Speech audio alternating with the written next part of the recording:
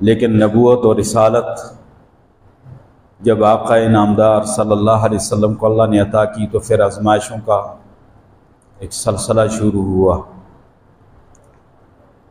اور آپ صلی اللہ علیہ وسلم کو اور آپ کے جانثاروں کو جو آپ پہ ایمان لانے والے ہیں ان کو ستایا گیا۔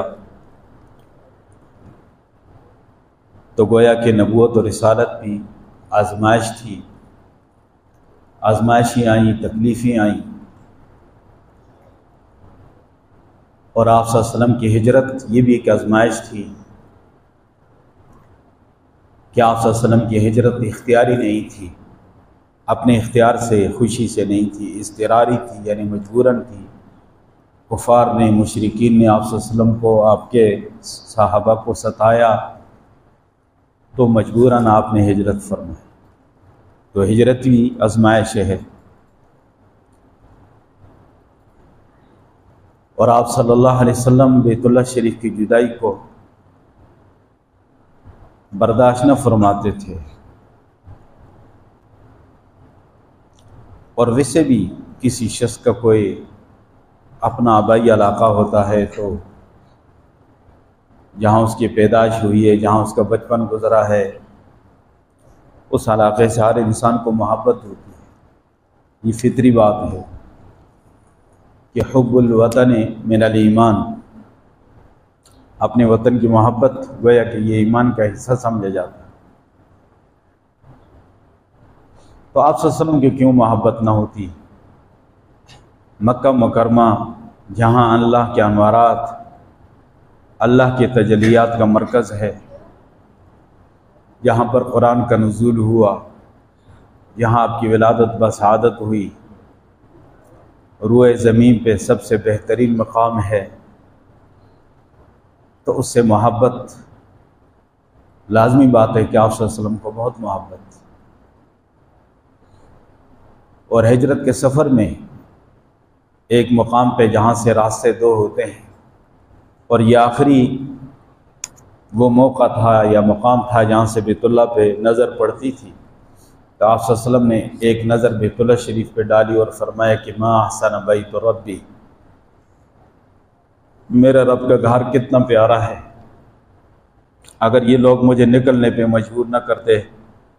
تو میں اللہ کے گھر کو نہ چھوڑتا، یہاں سے نہ نکلتا۔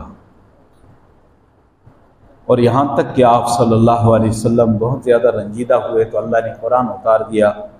کہ ان الذی فرض علیک القرآن لرادک الی معاد، اے پیارے محبوب صلی اللہ علیہ وسلم، جس ذات نے آپ پہ قرآن اتارا ہے وہی اللہ آپ کو دوبارہ مکے میں لوٹائے گا۔ تسلی دے دی کہ آپ ان حالات میں جا رہے ہیں، لیکن ایک وقت آئے گا کہ آپ فاتحانہ مکے میں داخل ہوں گے۔ پہلے سے اللہ نے بشارت دے دی، پیارے محبوب کو تسلی دی۔ تو وہ ہجرت کا سفر بھی بڑی آزمائشوں والا تھا۔ تو گویا کہ 4 نسبتوں میں سے پہلی نسبت ولادت بسعادت، اس میں خوشی ہے اور سب نے خوشی منائی، لیکن نبوت اور رسالت سے اللہ نے جب سرفراز فرمایا تو آزمائشوں کا سلسلہ شروع ہو گیا۔ جو آپ کو صادق آمین کہتے تھے، معاذ اللہ آپ کو جھوٹا کہنے لگے، ساحر کاذب کہنے لگے، کاہن کہنے لگے، اور آپ پہ پتھراؤ کرنے لگے۔ مکے والوں نے اتحاد کر دی، اور جب آپ صلی اللہ علیہ وسلم مکے والوں سے مایوس ہو کر، پریشان ہو کر طائف کی طرف تشریف لے گئے کہ وہاں کے لوگ کچھ نہ کچھ سمجھدار ہیں، پڑھے لکھے ہیں، پیارے محبوب کا بچپن رضاعت کا زمانہ وہاں گزرا تھا، چلو اس نسبت کا خیال لحاظ بھی رکھا جائے گا، لیکن طائف والوں نے تو ہاتھ کر دی،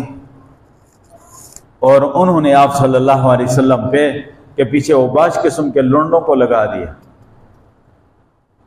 اور آپ صلی اللہ علیہ وسلم پہ دونوں طرف سے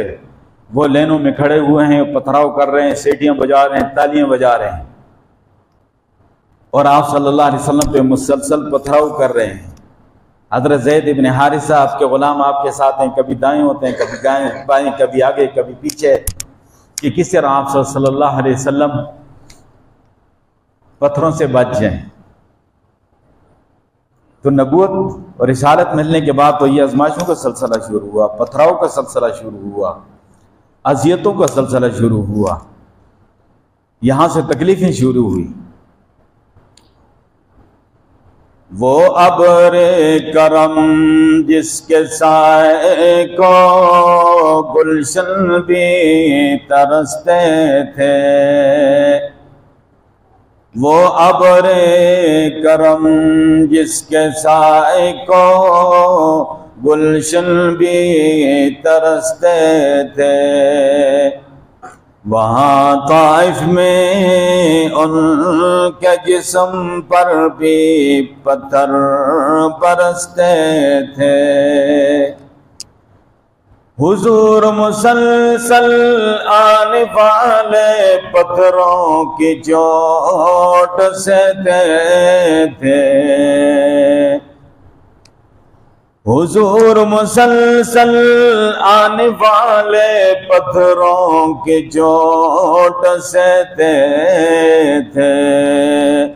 لیکن آقا پھر بھی ان کو ہدایت کی دعا دیتے تھے۔ اللہم اہد قومی فإنہم لا یعلمون، اے اللہ میرے اس قوم کو ہدایت عطا فرما، یہ مجھے نہیں جانتے۔ پتھروں کے مقابلے میں پتھروں کی بارش میں دعائیں دے رہے ہیں۔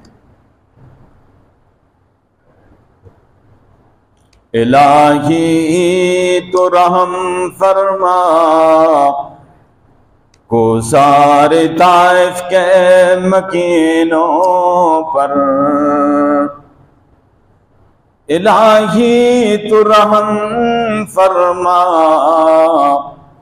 کو سارے طائف کے مکینوں پر، الہی تو پھول برسا پتھروں کی زمینوں پر۔ ان حالات کے بعد پیارے محبوب نے ہجرت فرمائی، اور وہ ہجرت بھی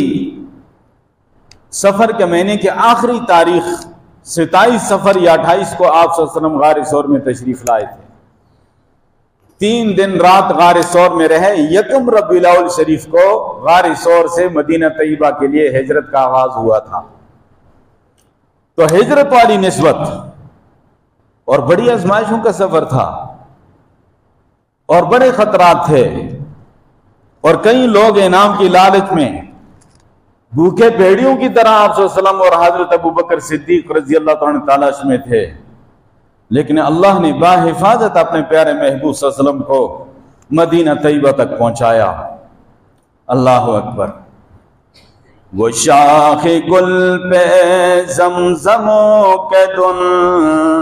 تراشتے رہے، وہ شاخ گل پہ زمزموں کے دن تراشتے رہے، نشیمنوں سے بجلیوں کا وہ کارواں گزر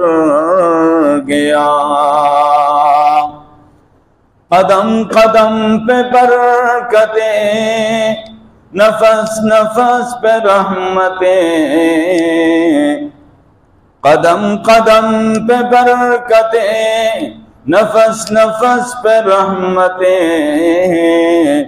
جہاں جہاں سے وہ شفیع آسیاں گزر گیا، جہاں نظر نہیں پڑی وہاں ہے رات آج تک، جہاں نظر نہیں پڑی وہاں ہے رات آج تک، وہیں وہیں سحر ہوئے جہاں جہاں گزر گیا۔